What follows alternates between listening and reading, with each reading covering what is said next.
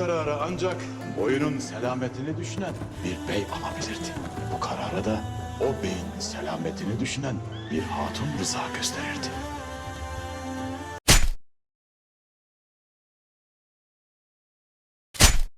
Babamın dediği gibi benim de imtihanım buymuş.